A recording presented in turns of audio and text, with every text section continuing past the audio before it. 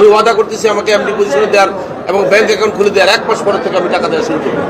দেশটির নেগেটিভ অবস্থা তৈরি হয়েছে বিগত স্বৈরাচারী সরকারের আমলে। বহু লোককে বিগত স্বৈরাচারী সরকারের আমলে ফাঁসি দেওয়া হয়েছে, লাইফ সাজা দেওয়া হয়েছে। আজকে তো তারা মুক্ত, কারণ তারা রাজনৈতিক কারণে মুক্ত। আমি রাজনীতি করতাম না, তাই আমাকে প্রিভিলেজ দেওয়া হয়নি। তাই আমি রাজনীতিতে আসার এটাও আর একটা কারণ। দেশটি কোনো অন্যায় করেনি, একটি অন্যায় করেনি। দেশটির কোনো পরিচালক, কোনো কর্মচারী কেউ কোনো প্রতারণা করেনি। আমাদেরকে বলা হয়েছে আমরা মানি লন্ডারিং করেছি, কিন্তু সেটা প্রমাণ করতে পারেনি। রায় লিখিত হয়ে আসছে সেই সরকারের আমলে আইন মন্ত্রণালয় থেকে। আমরা সবই জানি, আপনি এগুলো জানেন কিভাবে। অবশ্যই তারা টাকা পায় কোম্পানির কাছে, এবং কোম্পানির যে পরিচালনা পর্ষদ এখন হাইকোর্টের 173/22 মূলে যে পরিচালনা পর্ষদ দিয়েছে, তারা অবশ্যই তাদের টাকা ফেরত দেবে। কারণ আমাকে পরিচালনা পর্ষদ থেকে বাদ দেওয়া হয়েছে।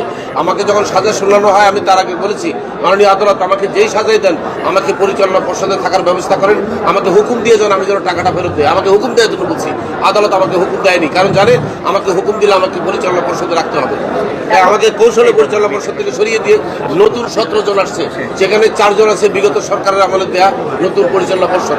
তারাই, যেমন আপনি মনে করেন আজকে যে আমরা রূপপুরের যে চুক্তি করেছি রাশিয়ার সাথে, রূপপুর পারমাণবিক চুল্লির জন্য যে লোন নেওয়া হয়েছে, এই লোন কিন্তু শেখ হাসিনা এখন নাই, এটা বর্তমান সরকারকে দিতে হচ্ছে।